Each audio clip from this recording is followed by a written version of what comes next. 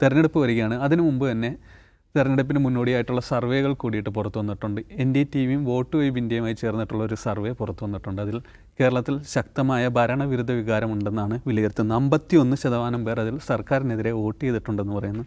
അതോടൊപ്പം തന്നെ മുഖ്യമന്ത്രിയായിട്ട് VD സതീശനെയാണ് ഈ സർവേയിൽ ഉയർത്തിക്കാട്ടുന്ന. ഏകദേശം 22% ആൾക്കാർ VD സതീശൻ മുഖ്യമന്ത്രിയാകണമെന്ന് ആഗ്രഹിക്കുന്നവരാണ്. അതോടൊപ്പം തന്നെ പിണറായി മുഖ്യമന്ത്രിയായി തുടരണമെന്ന് ആഗ്രഹിക്കുന്ന 18% ആൾക്കാരും KK ശൈലജ മുഖ്യമന്ത്രിയാകണമെന്ന് ആഗ്രഹിക്കുന്നത് 16.9% ആൾക്കാരാണ്. അതോടൊപ്പം തന്നെ രാജീവ് ചന്ദ്രശേഖർ മുഖ്യമന്ത്രി ആകണമെന്ന് ആഗ്രഹിക്കുന്ന 14.7% ആളുകളുണ്ടെന്നും ഈ സർവേ പറയുന്നു. ഈ സർവേക്കെതിരെ കുറച്ച് വിമർശനങ്ങൾ കൂടിയിട്ട് വരുന്നുണ്ട്. ഇതിൻ്റെ ഗ്രാഫിക്കൽ റെപ്രസെൻറ്റേഷനിലുള്ള തെറ്റുകളൊക്കെ ചൂണ്ടിക്കാണിച്ചിട്ടാണ് NDTVയുടെ ഈ സർവേക്കെതിരെ വരുന്നത്. നമുക്കറിയാം, തെരഞ്ഞെടുപ്പിന് മുൻപും ശേഷവുമൊക്കെ ആയിട്ടുള്ള പലതരത്തിലുള്ള സർവേകൾ വരാറുണ്ട്. അതിൻ്റെ ആധികാരികത പലതരത്തിലാണ് വിലയിരുത്തപ്പെടുകയും ചെയ്യുന്നത്. ഇതിലേക്കാണ് ആദ്യം.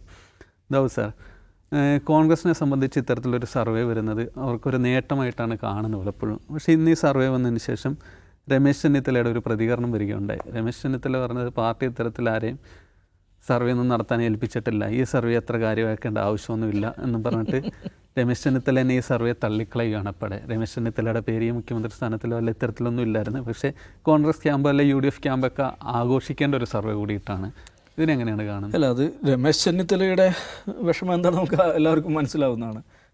ഓഫ് കോഴ്സ് രമേശ് ചെന്നിത്തല അങ്ങനെ ഒരു എന്താ പറയുക, ഒരു ചീഫ് മിനിസ്റ്ററിയൽ കാൻഡിഡേറ്റായിട്ട് ആ സർവേയിലില്ല, അത്രയേ ഉള്ളൂ. അതിൽ അദ്ദേഹത്തിന് സ്വാഭാവിക വിഷമം ഉണ്ടാവും. പാർട്ടി ആരെയും ചുമതലപ്പെടുത്തിയില്ല എന്ന് പറയുന്നതിൽ അർത്ഥമില്ല. ഇത് പാർട്ടി ചുമതലപ്പെടുത്തിയതല്ല. NDTV ഒരു പ്രൈവറ്റ് ഏജൻസിയെ ഹയർ ചെയ്ത് അവർ നടത്തിയ സർവേയാണ്. നമുക്ക് ഏത് സർവേക്കും ഉണ്ടാകുന്ന കുഴപ്പങ്ങളും ഗുണങ്ങളും ഈ സർവേക്കും ഉണ്ടാകും. അത് സർവേ എന്ന് പറഞ്ഞാൽ ബേസിക്കലി എന്ന് പറഞ്ഞാൽ ചെറിയൊരു സാമ്പിൾ സൈസ് എടുക്കുക. ചിലപ്പോൾ തിരുവനന്തപുരം, കോഴിക്കോട്, കൊച്ചി, ഇങ്ങനെ 3 നഗരങ്ങളിലൊക്കെ ആയിരിക്കും. നാഷണൽ ഏജൻസിക്ക് ആകുമ്പോൾ പ്രധാനപ്പെട്ട മെട്രോസിലാണ് അവർ സർവേ നടത്തുക. മുമ്പ് ഈ സർവേസ് എപ്പോഴും ഏറ്റവും കൂടുതൽ തെറ്റാറുള്ളത് ബീഹാറിലാണ്. ബീഹാറിൽ എപ്പോൾ സർവേ നടത്തിയാലും തെറ്റും. അപ്പോൾ അതിനെക്കുറിച്ച് ലാലു പ്രസാദ് പറഞ്ഞൊരു കാര്യമുണ്ട്. നിങ്ങൾ ഈ ഡൽഹിയിൽ നിന്ന് സർവേക്കാർ വന്നിട്ട് ഇൻസൈഡാക്കിയ ആൾക്കാരെ, പാട്നയിൽ വന്നിട്ട് ഇൻസൈഡാക്കിയ ആൾക്കാരോട് ചോദിച്ചു എനിക്ക് വോട്ട് ചെയ്യുന്നതൊക്കെ ഗ്രാമങ്ങളിലുള്ള സാധാരണക്കാരാണ്, അവരെ നിങ്ങൾ സർവേ പെടില്ല എന്നാണ് ലാലു. അങ്ങനെ ഉണ്ട് സർവേക്കാർ കാണുന്നത് ആരെ എന്നൊക്കെയുള്ള ക്വസ്റ്റ്യൻസ് ഉണ്ട്. അപ്പോൾ അതിൻ്റെ ചിലപ്പോൾ ചിലത് ശരിയാവും. വളരെ ശാസ്ത്രീയമായിട്ട് അതിന് എന്താ പറയുക, അതിൻ്റെ ഈ സാമ്പിൾ സൈസ് സെലക്ട് ചെയ്യുന്നതിലും ഇത്തരം കാര്യങ്ങളിലൊക്കെ അതിന് എന്താ പറയുക, അതിനൊരു പ്രോട്ടോക്കോളുണ്ട്. ഈ ഡാറ്റാ സയൻസിലും ഇതിലൊക്കെ ഒരു പ്രോട്ടോക്കോളുണ്ട്. ആ പ്രോട്ടോക്കോൾ അനുസരിച്ച് ശാസ്ത്രീയമായി സർവേ നടത്തുന്ന ആളുകളുണ്ട്. അത് ചിലപ്പോൾ ശരിയോട് അടുത്ത് നിൽക്കുകയും ചെയ്യാറുണ്ട്. അപ്പോൾ അതാണ് പ്രാഥമികമായി ഇതിനെക്കുറിച്ച് പറയാനുള്ളത്. പിന്നെ ഇതിനകത്ത് ഇപ്പോൾ ഭരണവിരുദ്ധ വികാരമുണ്ട് എന്നുള്ളതൊരു ഫാക്റ്റാണല്ലോ, എല്ലാവർക്കും അറിയാവുന്ന കാര്യമാണ്. അതിപ്പോൾ ഡൽഹിയിൽ നിന്നൊരു ഏജൻസി വന്നിട്ട് പഠിക്കേണ്ട, സർവേ നടത്തി പറയേണ്ട കാര്യമില്ല. ഏറ്റവും ഒടുവിൽ നടന്നില്ല ലോക്കൽ ബോഡി ഇലക്ഷൻ തന്നെ അതിൻ്റെ തെളിവാണ്. കാരണം ലോക്കൽ ബോഡി ഇലക്ഷനിൽ CPIM ഇടതുപക്ഷത്തിന് തിരിച്ചടി ഉണ്ടാകാമെന്ന് പറഞ്ഞാൽ ആളുകൾക്ക് വിയോജിപ്പ് അടിത്തട്ടിൽ തന്നെയുണ്ട്. ഗ്രാസ് റൂട്ടഡായിട്ട് തന്നെയുള്ള ഡിസാൻഡ് ഈസ് ദെയർ എന്നുള്ളതിൻ്റെ ഏറ്റവും പ്രധാനപ്പെട്ട തെളിവാണ്. കാരണം ഗ്രാമപഞ്ചായത്തുകളിൽ പോലും വൻ മുന്നേറ്റമാണ് UDF ഉണ്ടാക്കിയിരിക്കുന്നത്. പിന്നെ VD സതീശൻ എന്ന് പറയുന്ന പേഴ്സണാണ്. അദ്ദേഹത്തിൻ്റെ നമുക്കറിയാം കഴിഞ്ഞ തെരഞ്ഞെടുപ്പുകളിലെല്ലാം ഉണ്ടായിട്ടുള്ള മുന്നേറ്റം, ലോക്സഭാ തിരഞ്ഞെടുപ്പാകട്ടെ, ഇപ്പോൾ തൃക്കാക്കര, പുതുപ്പള്ളി, പാലക്കാട്, ഏറ്റവും ഒടുവിൽ നിലമ്പൂർ, ദെൻ വരുന്നു തദ്ദേശ സ്ഥാപനങ്ങൾ. ഇതിലെല്ലാം ആ UDFൻ്റെ തെരഞ്ഞെടുപ്പ് മെഷീനറി ലീഡ് ചെയ്തത് സതീശന് മാത്രമല്ല, അതിൽ പലപ്പോഴും വളരെ വലിയൊരു ലീഡിങ് റോൾ അദ്ദേഹം എടുക്കുന്നുണ്ട്. നിലമ്പൂരിലും പാലക്കാടൊക്കെ നമ്മൾ ശരിക്കും കണ്ടാണ്. നിലമ്പൂരിലൊരു കൺഫ്യൂസ്ഡ് സിറ്റുവേഷൻ വരുന്ന സമയത്തൊക്കെ വളരെ ഉറച്ച നിലപാടുകൾ സ്വീകരിക്കുന്നു. അൻവറിൻ്റെ സ്ഥാനാർത്ഥിത്വം ബന്ധപ്പെട്ട്, അൻവറുമായുള്ള അലയൻസുമായി ബന്ധപ്പെട്ട്, ഇങ്ങനെയൊക്കെയുള്ള സംഗതികളിലൊക്കെ ഉറച്ച നിലപാടുകൾ സ്വീകരിക്കുകയും ഐ ഓൺ ഇറ്റ് എന്ന് പറയുകയും, തിരഞ്ഞെടുപ്പ് ഫലം വരുന്നതിന് മുമ്പ് തന്നെ ഞാനതിൻ്റെ ഉത്തരവാദിത്വം ഏൽക്കുന്നു എന്ന് പറയുക, അതൊരു ലീഡർഷിപ്പ് ക്വാളിറ്റിയാണ്. ഒരു എലക്ഷൻ എൻജിനീയർ എന്നുള്ള നിലയ്ക്ക്, ഒരു പോൾ എക്സ്പേർട്ട് എന്നുള്ള നിലക്കുള്ള അങ്ങനെ രജിസ്റ്റർ ചെയ്തിട്ടുണ്ട് VD സതീശൻ. കഴിഞ്ഞ ഒരു 4.5 വർഷം കൊണ്ട് കേരള രാഷ്ട്രീയത്തിൽ ആ നിലയ്ക്ക് രജിസ്റ്റർ ചെയ്യപ്പെട്ടിട്ടുണ്ട്. അപ്പോൾ സ്വാഭാവികമായിട്ടും ഒരു ചീഫ് മിനിസ്റ്റീരിയൽ കാൻഡിഡേറ്റ് എന്നുള്ള നിലയ്ക്ക് ഏറ്റവും സ്റ്റേക്കുള്ള, ഏറ്റവും മുന്നിൽ നിൽക്കുന്ന ഒരാളായിട്ട് ഇന്നത്തെ കേരള രാഷ്ട്രീയത്തിൻ്റെ ചിത്രം നോക്കിയാൽ സതീശൻ തന്നെയുണ്ട്. അപ്പോൾ സ്വാഭാവികമായിട്ടും സർവേയിൽ പങ്കെടുത്ത ആളുകളും അത് തന്നെ പറഞ്ഞിരിക്കും. അപ്പോൾ അതുകൊണ്ട് പിന്നെ ഞാൻ പറയുന്ന സർവേയിൽ വന്നിട്ടുള്ള വിവരങ്ങൾ എന്താണ് അങ്ങേയറ്റം ജിജ്ഞാസാകരമായിട്ടുള്ള, ആശ്ചര്യകരമായിട്ടുള്ള ഒരു റിസൾട്ടാണ് ആ സർവേ എന്ന് പറയുന്നത്. ജനറലി നമ്മുടെ സമൂഹത്തിലൊരു ഫീൽ എന്ന് പറയുന്നൊരു സംഗതിയാണ്. അത് സർവേയിലും റിഫ്ലക്റ്റ് ആയിട്ടുണ്ട്. പിന്നെ ആൻറ്റി ഇൻകംബൻസി എന്ന് പറയുന്നത്, ഭരണവിരുദ്ധ വികാരം എന്ന് പറയുന്നത്, അതും അസാധാരണമായിട്ടുള്ളൊരു കാര്യമല്ല. ഇപ്പോൾ സാധാരണ 5 വർഷം ഭരിച്ചാൽ തന്നെ ഭരണവിരുദ്ധ വികാരം ഉണ്ടാകാറുണ്ട്. പക്ഷേ ഇതങ്ങനെയല്ല, 10 വർഷമായി, 9.5 വർഷമായി. അതും വളരെ സ്വാഭാവികമായുള്ള കാര്യമാണ്. പക്ഷേ നമ്മൾ കാണേണ്ട ഒരു കാര്യം, നമ്മൾ ഇന്ത്യ മൊത്തം എടുത്തു കഴിഞ്ഞാൽ ഇന്ത്യയിൽ കഴിഞ്ഞ കുറേ കാലമായുള്ള ഒരു പൊളിറ്റിക്കൽ ട്രെൻഡ് എന്ന് പറയുന്നത് ആൻറ്റി ഇൻകംബൻസി അല്ല എന്ന് നമ്മൾ മനസ്സിലാക്കണം. അത് വളരെ പ്രധാനപ്പെട്ട പോയിൻ്റാണ്. ഞാനത് മുമ്പ് പറഞ്ഞിരുന്നു. ഇന്ത്യയിലെ ഒരു പൊളിറ്റിക്കൽ ട്രെൻഡ് ശ്രദ്ധിക്കൂ. ആൻറ്റി ഇൻകംബൻസിയേക്കാൾ കൂടുതൽ വർക്ക് ചെയ്യുന്നത് എന്താണ്? ഇൻകംബൻസി ഫാക്ടറാണ്, അല്ലെ ലോയൽറ്റി ഫാക്ടറാണ്. ഗുജറാത്തിൽ നോക്കൂ, യു പിയിൽ നോക്കൂ, ബീഹാറിൽ നോക്കൂ, മധ്യപ്രദേശിൽ നോക്കൂ, മഹാരാഷ്ട്രയിൽ നോക്കൂ, ബംഗാളിൽ നോക്കൂ, എല്ലായിടത്തും എന്താ വർക്ക് ചെയ്യുന്നത്? ലോയൽറ്റി ഫാക്ടറാണ്, അല്ലെങ്കിൽ എന്താണ്, ഭരണാനുകൂല വികാരമാണ് എല്ലായിടത്തും വർക്ക് ചെയ്തത്. ഈവൻ കേന്ദ്രത്തിൽ മോഡിയുടെ കാര്യം എടുത്തു നോക്കൂ.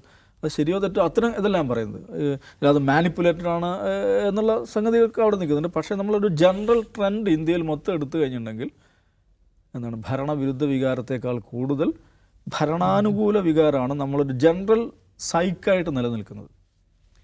പക്ഷേ അത് കേരളത്തിൽ മാറി വരുന്നു എന്നുള്ളൊരു സൂചന നമുക്ക് ഈ എന്താണ് തദ്ദേശ തെരഞ്ഞെടുപ്പ് തന്നെ കാണുന്നുണ്ട്.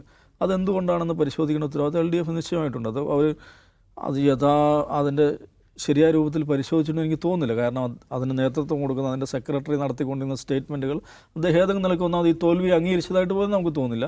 പിന്നെ അദ്ദേഹം പറഞ്ഞുകൊണ്ടിരിക്കുന്ന കാര്യങ്ങൾ വോട്ട് ചെയ്ത മനുഷ്യരോടുള്ള പുച്ഛമാണ് എല്ലാ ദിവസവും പുറത്തേക്ക് വമിപ്പിച്ചുകൊണ്ടിരിക്കുന്നത്.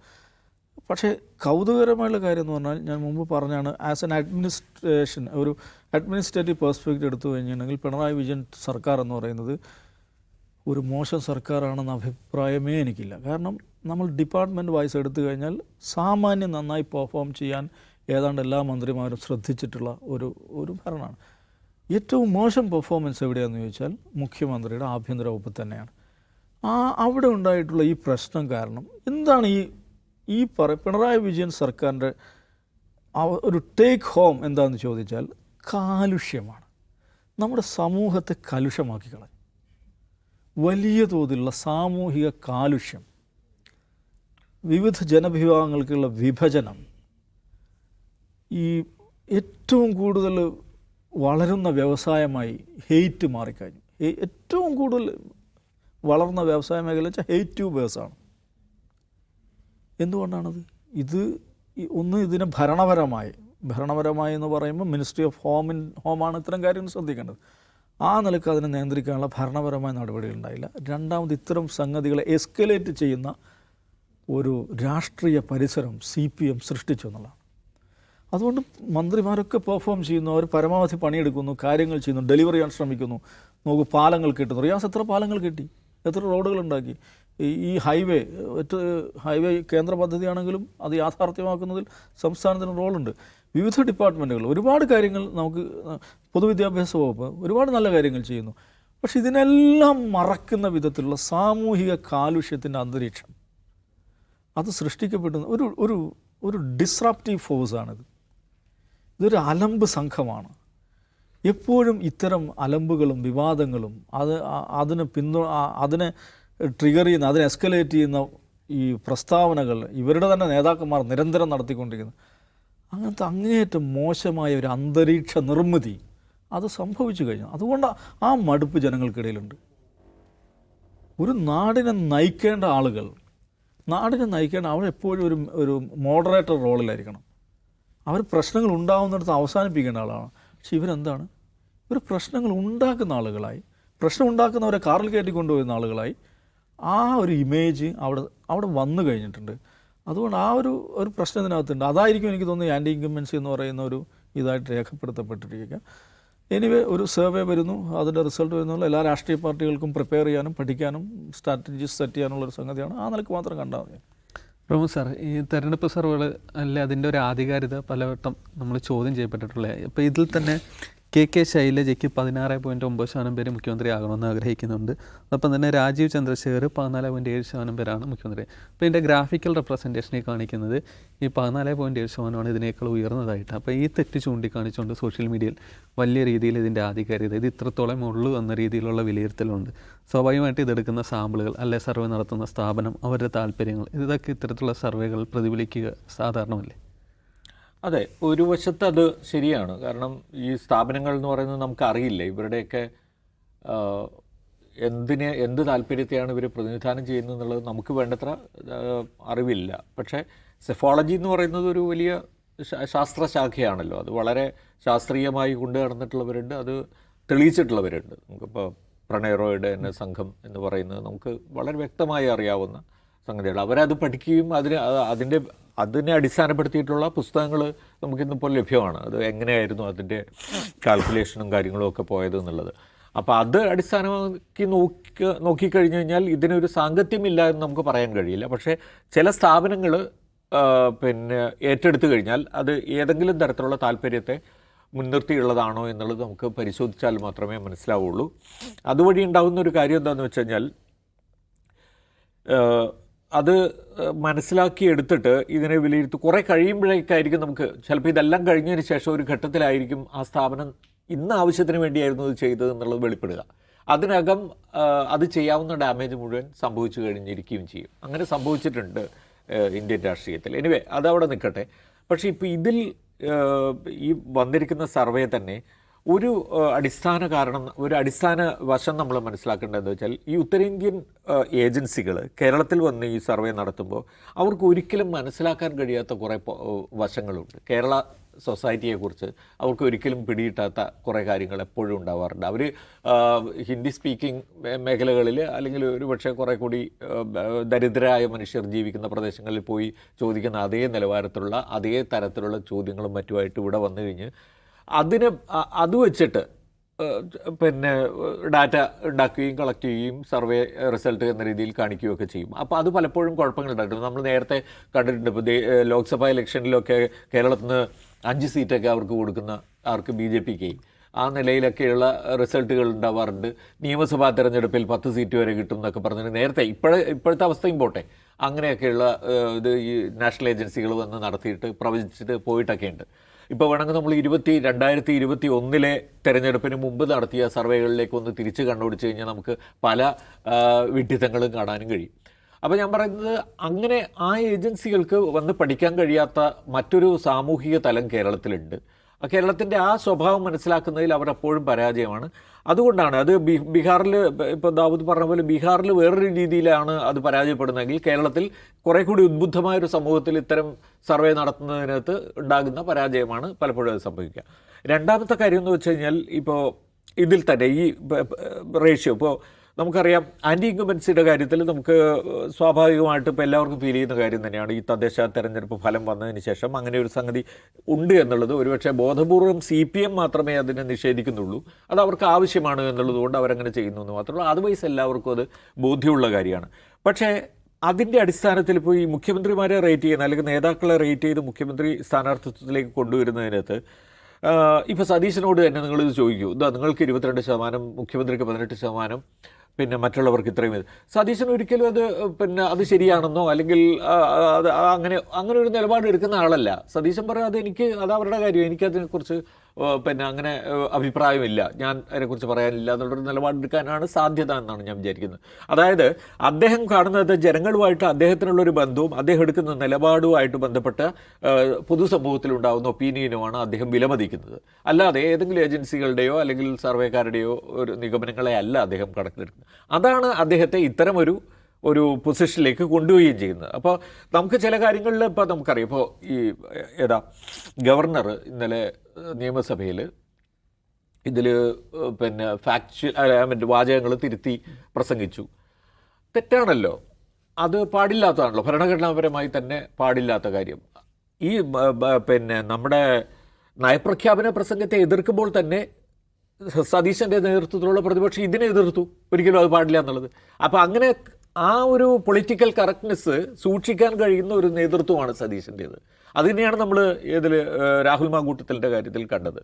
അപ്പോൾ അത് കേരളീയ സമൂഹം ഇന്ന് പൊതുവിൽ രാഷ്ട്രീയ നേതാക്കളിൽ അങ്ങനെ കാണാത്തൊരു കാര്യം. അവരവരുടേതായിട്ടുള്ള താല്പര്യങ്ങൾക്കനുസരിച്ചും അവസരങ്ങൾക്കനുസരിച്ചും ഒക്കെ സംസാരിക്കുന്ന രീതിയാണ് പൊതുവിൽ നമ്മൾ കണ്ടിട്ടുള്ളത്. ഇപ്പോഴും കോൺഗ്രസ്സിലെ തന്നെ മറ്റു നേതാവ് അടൂർ പ്രകാശ് അല്ലെങ്കിൽ KC വേണുഗോപാൽ, രമേശ് ചെന്നിത്തല തുടങ്ങിയവർക്കൊന്നും വെള്ളാപ്പള്ളിയെ നേരിട്ട് ഒരു വാക്ക് പോലും പറയാതെ നിൽക്കുന്നതിൻ്റെ കാരണം അവരുടേതായിട്ടുള്ള താല്പര്യങ്ങളാണ്. അതിനുള്ളൊരു ധൈര്യമില്ല. അതേസമയം സതീശൻ ഇത് ചെയ്യുന്നു. അത് സതീശനാണ് ഗുണമാവുന്നത്. ഇപ്പോഴും ഈ മനുഷ്യർ ഇവർ വിചാരിച്ചിരിക്കുന്നത് വെച്ചാൽ ഈ സോഷ്യൽ മീഡിയ കാലഘട്ടത്തിൽ ഇവർക്ക് പൊളിറ്റിക്സ് ഇപ്പോഴും മനസ്സിലായിട്ടില്ല. ഇവർ വിചാരിക്കുന്നത് പൊതുജനത്തെക്കാളും അല്ലെങ്കിൽ ഈ ഒപ്പീനിയൻ മേക്കേഴ്സ് ആയിട്ടുള്ള ജനങ്ങളെക്കാളും ഒക്കെ സ്വാധീനം ഇപ്പോഴും സാമുദായിക നേതാക്കൾക്കാണെന്ന് വിചാരിച്ചിരിക്കുകയാണ് ഇപ്പോഴും ഇവർ. അത് അവരുടെ ഫുളിഷ്നെസ്സാണ്. അതാണ്. അപ്പോൾ അത് തന്നെയാണ് CPM-ന് ഒരു വശത്ത് CPM-ന്റെ നേതൃത്വം മുഴുവൻ കാണുന്ന അതേ മണ്ടത്തരം കോൺഗ്രസിലെ ഒരു വിഭാഗം നേതാക്കളും കാണിക്കുന്നില്ല. അപ്പോൾ ഇവിടെ ഇപ്പോൾ ഈ സതീശന് കിട്ടിയിരിക്കുന്ന ഒരു മേൽക്കൈ എന്ന് പറയുന്നത് അത് പൊതുജനങ്ങൾ പൊതുവിൽ അത് ഈ ഒരു റേഷ്യോ എന്നുള്ളത് മാറ്റി വെച്ച് കഴിഞ്ഞാലും അദ്ദേഹത്തെ എല്ലാവരും അദ്ദേഹം എടുക്കുന്ന നിലപാടിനെ പ്രശംസിക്കുന്നുണ്ട്, അല്ലെങ്കിൽ അതിനെ അംഗീകരിക്കുന്ന ഒരു സാഹചര്യത്തിലേക്ക് വന്നിട്ടുണ്ട്. ഇനി ശൈലജയും അതുപോലെ തന്നെ നമ്മുടെ രാജീവ് ചന്ദ്രശേഖരൻ്റെയും റേഷ്യോയിൽ വന്നിട്ടുള്ള അത് ഗ്രാഫിക്സ് പ്രസൻറ്റേഷൻ ഞാൻ അങ്ങനെ കാണുന്നില്ല. ഒരുപക്ഷെ വല്ല അബദ്ധവും ആർക്കും സംഭവിക്കാവുന്ന കാര്യമാണ്.